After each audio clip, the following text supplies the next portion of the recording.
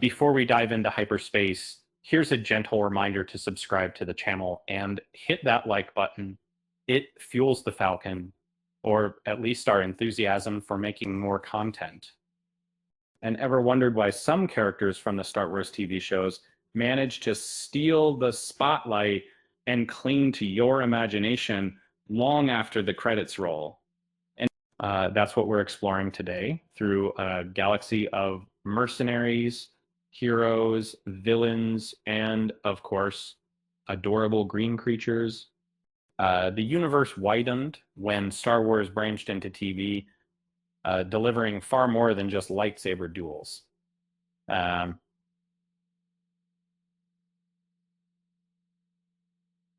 uh, it introduced a new crew of unforgettable characters. Some, like Bo-Katan Kryze and Asajj Ventress, started down a dark path but chose redemption, proving the Force really does move in mysterious ways.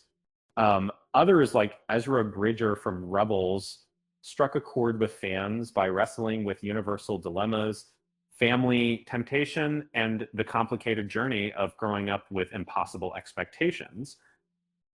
He's got a bit of Luke's hope, a dash of Anakin's struggle, and a spirit all his own.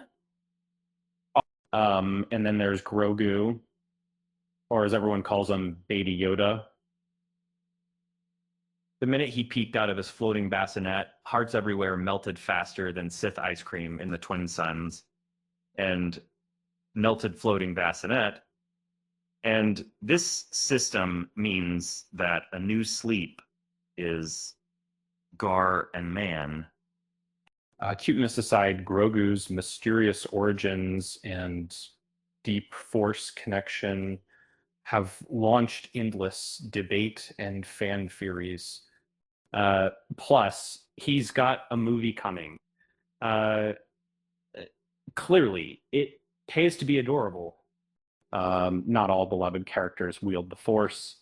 Ming-Na Wen's Fennec Shand carved out her legend as the Razor Shark Fixer by Boba Fett's side. Uh, and she started out for herself, but Boba's influence nudged her towards something resembling honor.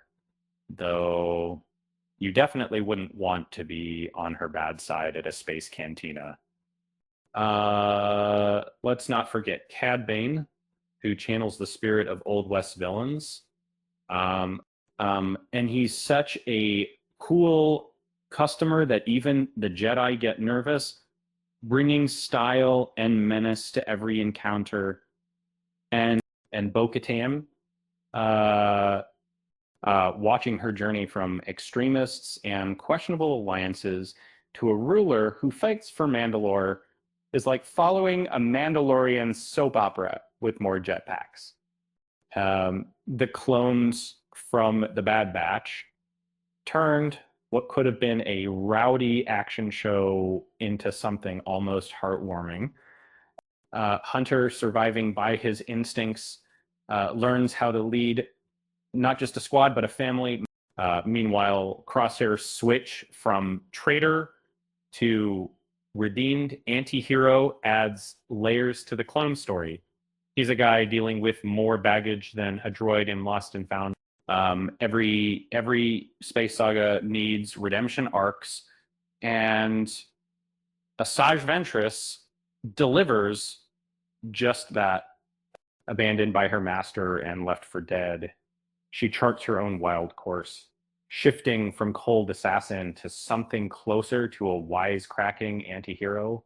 And everyone loves a comeback. Then there's Omega, the golden-hearted sister figure in the Bad Batch, who never forgets her empathy. Even when the galaxy is at its darkest, she reminds everyone why compassion still matters. Even during the Empire's grim early days, you can see the threads running through every corner of the saga. Struggle, redemption, unlikely family, and the tough choices along the way.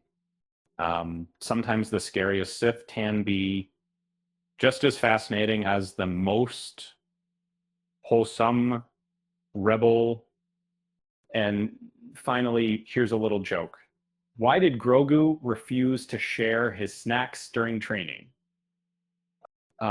Because he was afraid his friends would force him to eat his vegetables.